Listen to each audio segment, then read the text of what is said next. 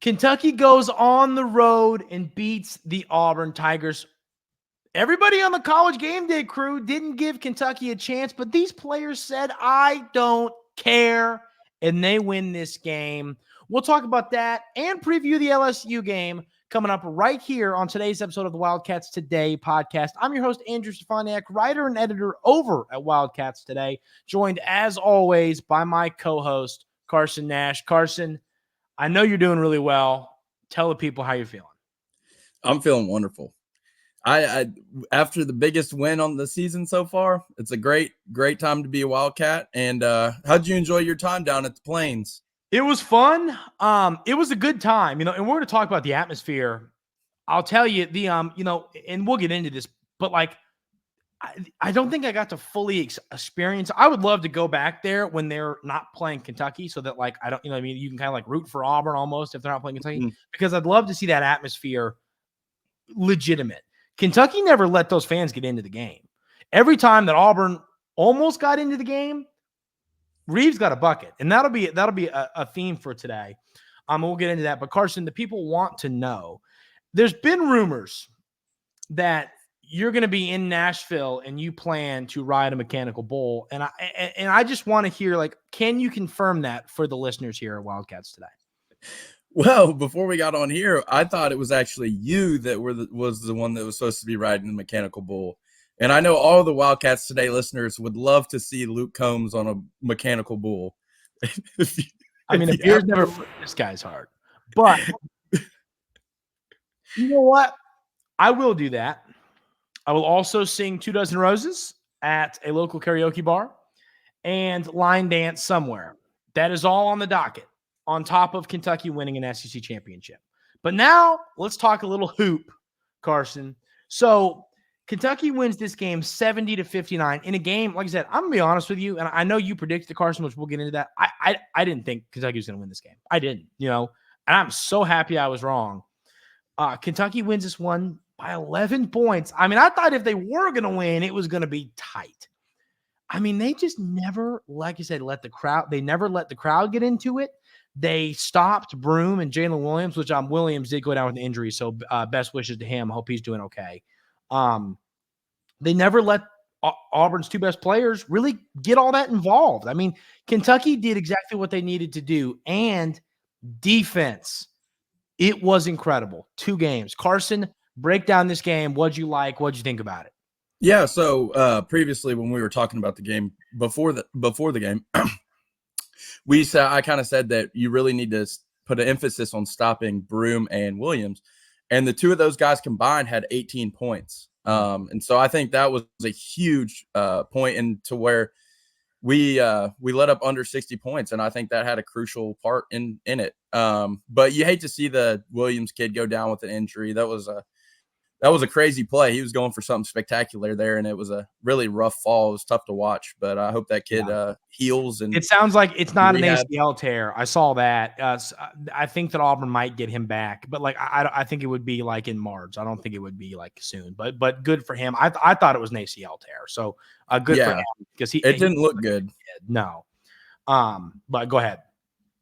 Yeah. So in this game, I picked the Cats. I wasn't feeling great about my pick, but I believe in the fact that I think Coach Cal and Kentucky normally, if you looked in previous years, we're really good when our backs are against the wall.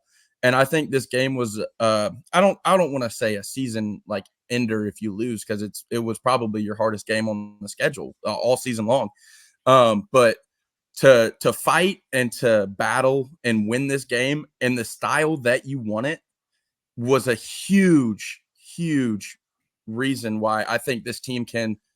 I honestly still believe they can win the national championship, because if you play defense like that against a top 10 Ken Palm team, then you're going to be able to compete with the best of the best. And to hold Auburn under 60 points in their home arena with everything built up like that, and to never let the crowd even get into the game was huge.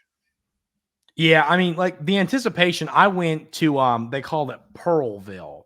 It's where all those students camp out. And it was, I was my confidence level went from here to here when I saw, how many people there were. I'm like, oh goodness, this is going to be ugly. They're not losing this game. I really felt that way. So, I just think, Kentucky said, they went out there and they said, I don't give a crap. We're going to win this game. That's what they said.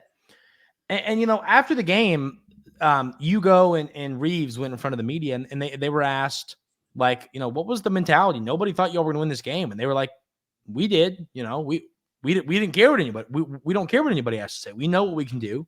And they went and did it. And that, to me, this win over Auburn is going to be massive for Kentucky when it comes to seeding, when it comes to could they work their way into a top 4 seed in the SEC tournament. You never know. Alabama could come crashing down. You beat Tennessee, and you could maybe win the SEC regular season title. A lot's back in play because of this win. And what I love, like I said, the backs to the wall thing is so true. This team, they said, we're going to win this game. I really think that they probably sat down and said, we're not losing this one, guys. We're just not. And they played hard defense, and they won the game. That's back-to-back great defensive games. If Kentucky defends like they did against Ole Miss and Auburn, they can win a national championship. They can. Because here's the deal. The KenPom, Kentucky's up to 81 in defense. They were like in the 100s when that game. So do the math on that. If they keep playing good defense, like if this becomes a trend, you give me 6 more games of good defense, I think they could be a top 40 team in KenPom come the NCAA tournament, knowing that like you moved up 25-ish spots just from 2 good games. So if you keep playing good defense, this team can make a run. And then the last thing, Carson, and I'll let you talk more about this and expand, but peaking at the right time is everything in basketball. I think that there's really good teams. Here's the deal. There's teams that if you played a national championship or you started the tournament a week ago, 2 weeks ago, or tomorrow could win it that won't win it in a month, I think Kentucky's that team there. We're going like this. We're going, we're moving in the right direction. We're not quite there yet, but they're moving in the right direction. They're on an upward slope. They're not flatlining. They're not going down. They're on an upward slope. And I think this team is going to peak at the right time. I really do. I'm now back on this team can make a run train.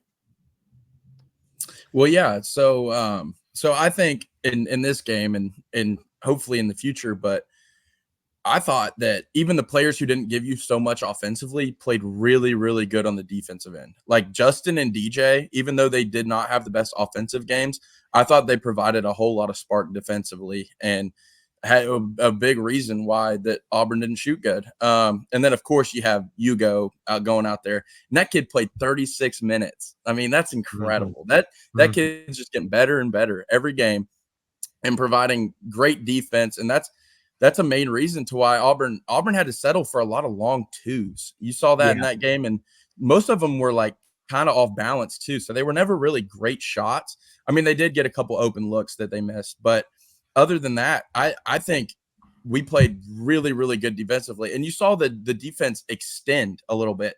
So you'd see Reed pick up the ball like 25 feet away from the basket instead of letting the player come down and get into where he wants to be.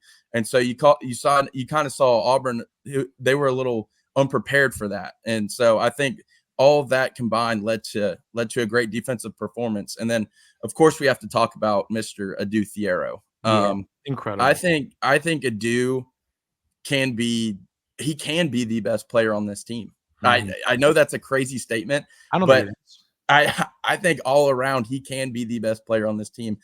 When you think about how he can get to the basket, he's probably our best defensive player too. Mm. He gets to the basket, he makes his free throws when he gets to the free throw line, and boy, can he jump. He gets rebounds. He dunked on that one dude. That one-handed dunk. That was incredible. So, yeah, that was. I think that he could have like sat on the rim. Like he was like, yeah. His head was eye level with the rim. So, and then also Mr. Iceman Antonio Reeves. Every time Auburn had a chance to get close in the game, he would give him a bucket. So, I think we're moving in the right direction right now, and it's really good to see. Yeah, I'm with you on that. I agree with you, and I think that is so huge when you play. Now, listen, once again, road games aren't going to be a thing for that much longer because, we're going to get into postseason play. But when you have a guy who the arena gets loud and he just says, yeah, I'm going to go score real quick. It is so crucial. It'll be crucial when we get to breaking down this LSU game. Every time you kind of went, this arena is getting loud. You can feel it a little bit. Antonio Reeves basket. I think it was like from that 13 to 8 minute mark in the second half, he did that 3 or 4 times. Like every time they got a little momentum, he scored a basket. And most of them were twos. It wasn't like they were threes. He was getting to the rim. And then to speak on Thiero, I think he's just an incredible basketball player. Played great in this game. 6 for 6 from the free throw line, just like you said. 4 for 8 from the field. 8 rebounds, 1 assist, 14 points. Played great defense. I'm just telling you. I mean, I think that Thiero is going to be a big reason why Kentucky can't go on a run. And then, what's funny is the guards. I mean, really, once again, Kentucky didn't score 95 points in this game, and they didn't need to because they played good defense. But, Reeves 22, Thiero 14, Rob 11. Did all 11 of those come in the first half? From Rob? Yeah. I think he might have had a bucket in the second half. I'm like 95%. You could be right. I'm going to pull up the StatCast because I remember writing at halftime, like a halftime notes thing and saying he had 11 points. But I do want to add this point real quick, Carson, and get your thoughts on it. But what one thing I think Kentucky was doing that was really smart was leaving open Auburn's not good shooters. They let this kid Chaney Johnson. He was 0 for 2 from 3. And that dude, what is he shooting on? What's he shooting on the year from 3? 17%. So I'm surprised he didn't make both of them, knowing how this year is going. Yeah, me too. But he had a 3, which why Auburn had him take that shot. Listen, they don't pay me to coach, but I do not know why they had him take that shot. Okay, I'm going to give you the Rob stats on the second half. Yeah, he did not score. He didn't attempt a field goal in the second half. He only played 6 minutes. In this game, that honestly doesn't completely shock me, though. Yeah, because it wasn't really a Rob game. But yeah, I agree. I agree. Back to kind of what I was saying with that Chaney Johnson kid shoot. I mean, a 17% shooter. That's knowing your scouting report. You want to shoot it. That's one of those. If he makes it, you guard him next time. But why not? Hey, well, you remember we talked about this a couple podcasts ago when we were trying to figure out what's wrong with the defense, right? Yeah. So we started finally doing what I was talking about and just leaving the bad 3-point shooters open so you don't get beat off the dribble. Just leave them open. Yeah. But what I'm saying is they let that Chaney Johnson kid shoot one. It was when Auburn got it to 5. You remember this? Auburn got it to 5 and he shot that. And no, if that had gone in, it'd have been. I'm telling you, I think if that goes in, that we could be having a very different conversation because I think that arena would have blown up. But you let a guy who shouldn't be shooting that shot shoot that shot, and it was ugly. And you get the rebound, and you go. And what happened? I'm pretty sure Reeves had a bucket right there on the other end. He did. That's what I'm talking about. That is just knowing your scouting report. And once again, sometimes you're going to know your scouting report and a guy's going to make one that shouldn't. That's going to happen. But I'd rather that guy shoot it than the Jones kid or either of the guards. The point guards. So I was proud of that. Broom made 4 threes against South Carolina. We know that. I mean, you watch him shoot. They should not be going in like that. Let him shoot as many as he wants. He's not going to make them like this. The ugliest shot form ever. So, I think that Kentucky did what they needed to do, scouting report wise, defense wise. They scored enough. I think they came out hot early. Everything that we could have begged the Wildcats to do to win this game, they did, and that's why they won. So, Carson, I don't have a ton more thoughts on this game. You got anything else? I want to talk more about what this means going forward, but you got any other just game thoughts here? Yeah, I think this was a big game for Coach Cal because I think I think he really outcoached Bruce Pearl from start to finish. And we saw that. It kind of felt a lot like the Tennessee game when we lost to Tennessee, right? It kind of felt like we got punked in that game. It felt like we punked Auburn. It felt like they couldn't do anything. It felt like that game. I always get a little nervous for you, especially big UK games. But that game, after the first little run, it never felt like we were in danger, in my opinion. Because every time that Auburn would get close, like we said, we would get a bucket to kind of silence the crowd. Yeah. And you know what's crazy? We hadn't brought this up. We only hit 4 3-pointers. We only hit 4 threes. And all those buckets that Reeves hit that were kind of quiet in the crowd, those were all like layups. So the fact that he can get to the rim at this point and do that is pretty awesome. So those are kind of the final thoughts I had. I think it was a real I just think Cal outcoached Bruce Pearl from start to finish, and that was a big game for us. Yeah, I'm with you. And I think Reeves, he's just become a 3-level scorer. And I stole that. Coach Cal said that. But, watch him play. He can make that little floater. He can shoot the 3. We know that. And he's getting to the rim. And Cal said such an NBA player. He's turned himself into an NBA player. It's exactly what Coach Cal said. So, huge win. Huge win. It was just really, really an exciting win for Kentucky. Turn this thing around.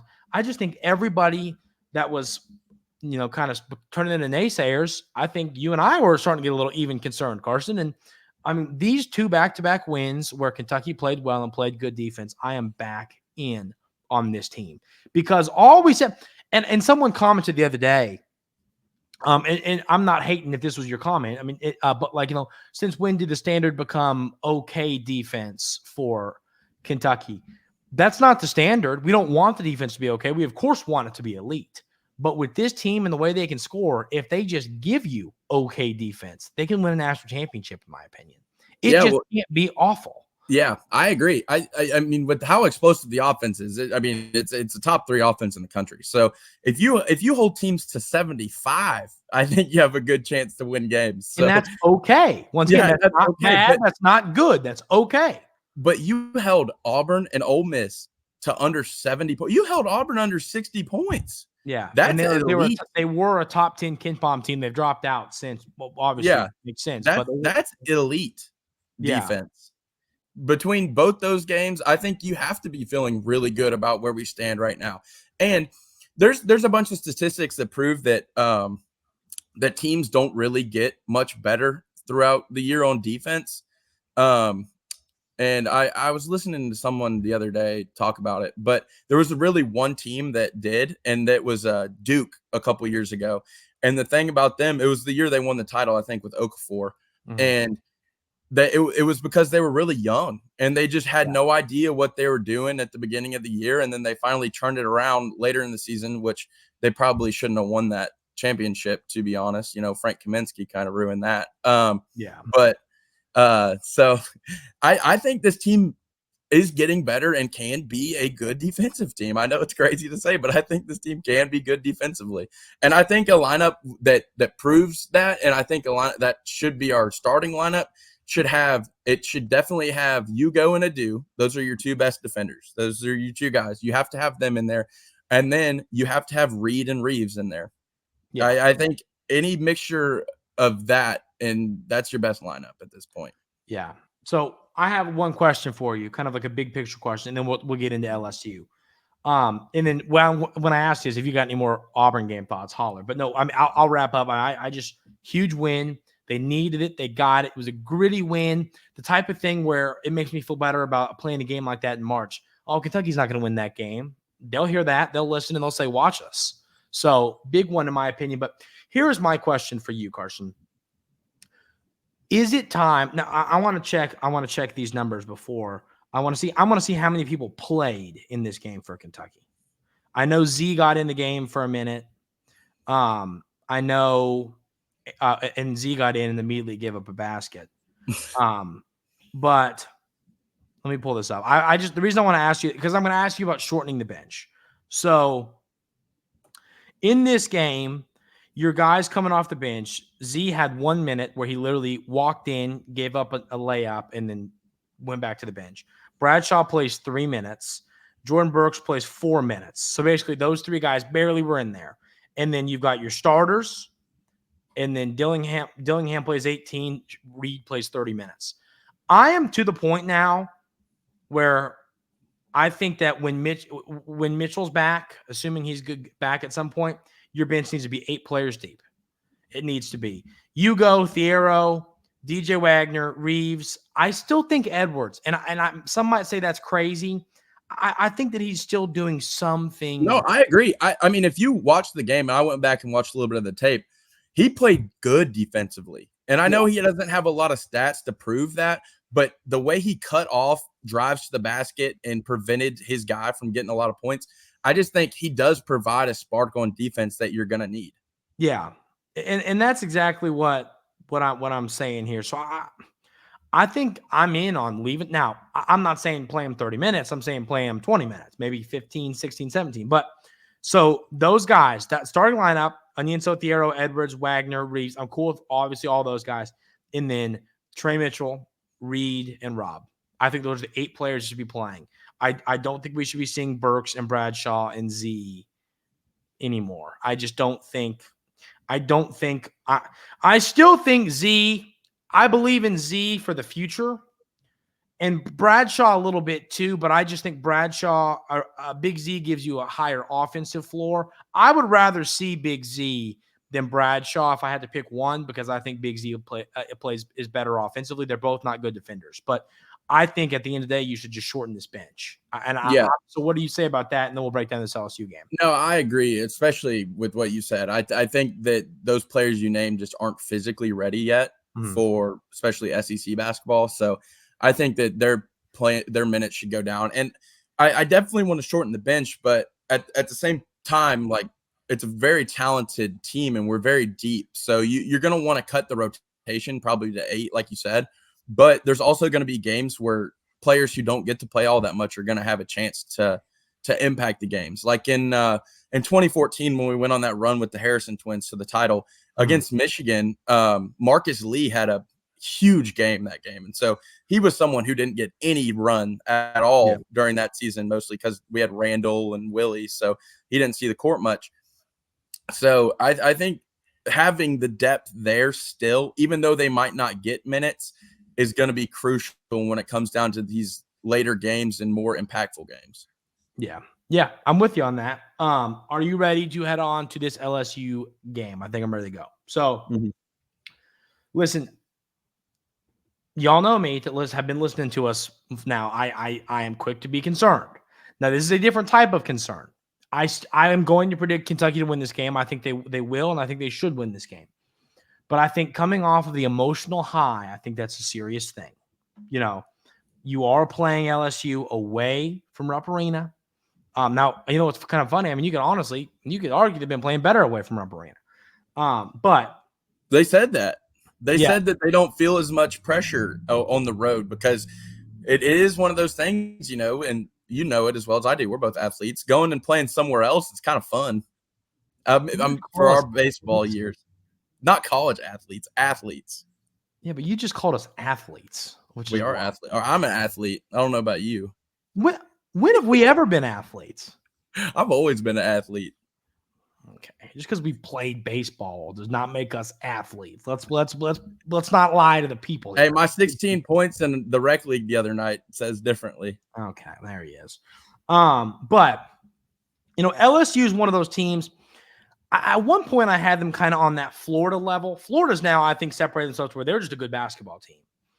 I mean, I think that LSU is on that kind of Texas A&M, Mississippi State, Ole Miss level. I think that, in all honesty, I would rather play LSU on the road than Texas A&M on the road, Mississippi State on the road, or Ole Miss on the road. So, you know, what I'm saying is they are not a, like, terribly awful, horrible, worst team to ever walk planet Earth team. They're okay. They just beat South Carolina in South Carolina. So both teams are coming off a bit of an emotional high. But, I mean, all I'm saying is I think this could be a 8-point. I don't see this being a 25-point Kentucky win. I think this will be a little bit tight. I do think Kentucky will win. I think that LSU's got some good players. They're ranked 78 in KenPom, 89 in offense, 85 in defense. They're ranked 88th in the net, making this a quad 2 game. pull up the stats. They averaged 77 points a game, 36 rebounds, 12 assists, 8.4 steals, 3.8 blocks. They turn the ball over 13 times a game, which is a little bit higher number. 46% from the field, 72% from the line, and 35.8 from deep. So, Carson, thoughts on this game? Yeah, I would put it in the trap game category. You're coming off an emotional high, like you said, and I know they are too. So, I mean, both teams are, but it's definitely a trap game. What is it? Is it a 9:00 game? 9:00 game. Yeah, those are always rough too. So it's 9:00 down there. I think the environment will be kind of crazy. I don't know. LSU's environment isn't top tier like a Auburn or Tennessee or Alabama, something like that. But I think they'll definitely be up for that game, and they've got a good squad. I know you Cats fans probably remember, but they have Jordan Wright over from Vanderbilt. He's a fifth-year senior. He beat us twice last year, and he was kind of the main reason why Vandy did beat us. He was on fire in both the games that they won. So you got to be able to contain him, and they have a forward that me and you were talking about. Yeah, Will Baker. This dude. I watched him play a couple times. He can just play. I mean, he's one of those. He's just a ball player. I mean, he looks really, really good. He can move well with the basketball. He's listed at 7 foot, but he's not like a 7-footer like Z and Bradshaw. He's listed at 245, but he moves like them. So he's a good. Hugo will have his work cut out for him. So, for example, he had a rough game against South Carolina. 2 points, 16% from the field, 25 minutes, 6 rebounds. In his 4 games previous to that, 16 points, 24 points, 16 points, 25 points, and he also shoots threes. So this is a kid to monitor. He can really play. And like you said, they've got some guards who can score. So this is not a team don't look on to the game on Saturday against Alabama is what I'm saying. I'm saying this is a good basketball team. Kentucky should win. I know that we're both going to predict Kentucky to win here in a little bit, but it's not a game that you need to look past is what I'm saying. Yeah, definitely. And one number that you threw out there that kind of opened my eyes a little bit was the turnovers that they have. So I thought, I was like, oh, this game's going to be really tough. And now I'm kind of backing up on that thought kind of, because if a team is going to come in here and turn it over a bunch against us, I just don't see them having a chance of winning the game. Yeah. Because teams that beat Kentucky, in almost every game we've lost, I think we've lost the turnover category, which means we've turned it over more than the other team. So whenever we win that category, I feel really good about our chances to win the game because those are easy buckets and our transition offense is top tier. So I think that if we can if they keep turning it over like they do at that margin, I just don't see a way that they can stay in this game and win this game. Well, it might be a close game, but I just don't see them winning. Yeah. I'm with you. I mean, Carson, give me MVP, give me a score prediction, and I'll give you the same, and we'll get out of here. Yeah, so I think Reed Shepherd's going to win MVP, and we also didn't talk about it enough. He had 5 steals again, Andrew. Yeah, it's incredible. We didn't bring that up. It's incredible. It's incredible. The angle I was watching the game at from the press box was like behind the basket, which is like makes it really hard to watch a basketball game. But like I'm up behind, like where you sit at the game, you're below, so you can see. You know what I mean? Like the backboard is like in the way where I was sitting. I'm like, but from that angle, you can see Reed stealing the ball better than from kind of like, you know, down the side where the press box is in Rupp Arena. I mean, it was just really fun to watch him go and use his hands and tap the ball away. I mean, it was impressive.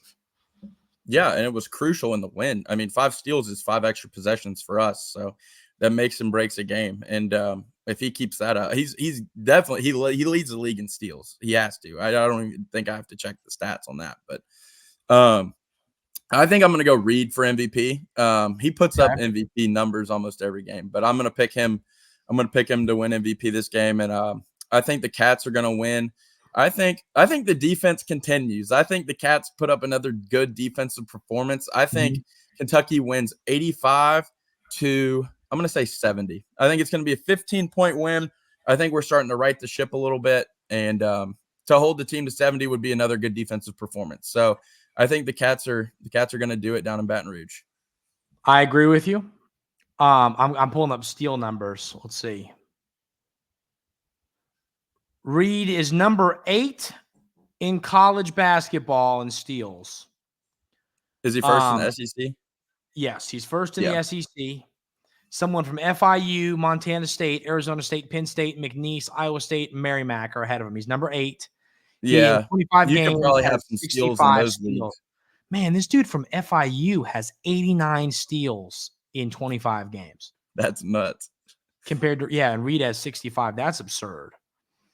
But so there's that. Number 1 in the SEC, like you said. Let's see. But for Reed to be doing that in the SEC, I mean, that's incredible. Oh, yeah. And the next closest SEC player is Wade Taylor, who has 52 from Texas A&M. He has 52 steals in the season compared to 65 for Reed Shepherd. So I think he's going to win that by a handsome amount. Our score predictions, Carson, are pretty similar. I have 81-69. I think that you're going to see Kentucky have another good defensive performance, and I think that they're going to get back to scoring in the 80s in this game. I think, what did Kentucky score? Obviously, it was 70 against Auburn, but they didn't have 75 against Ole Miss. So I think you're going to see Kentucky get back in the 80s in this game. I think they win at 81-69.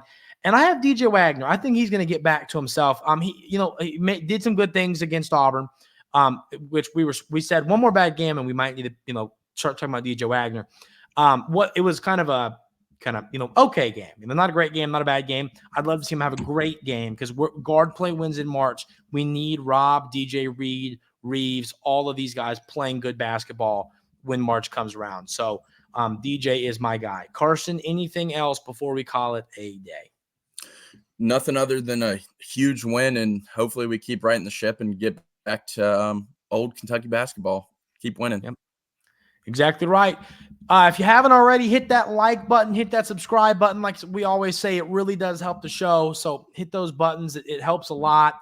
And remember, we are free and available wherever you get podcasts, Spotify, Apple Podcasts, wherever you get them, we're there. So go check that out as well. But that is going to do it for today's episode of the Wildcats Today Podcast. Carson, we will be back probably on Thursday to recap this game and preview the Alabama game. Like I said, that's going to do it for today's episode. Everybody have a great rest of your day. Enjoy the game on Wednesday, and we will see you next time.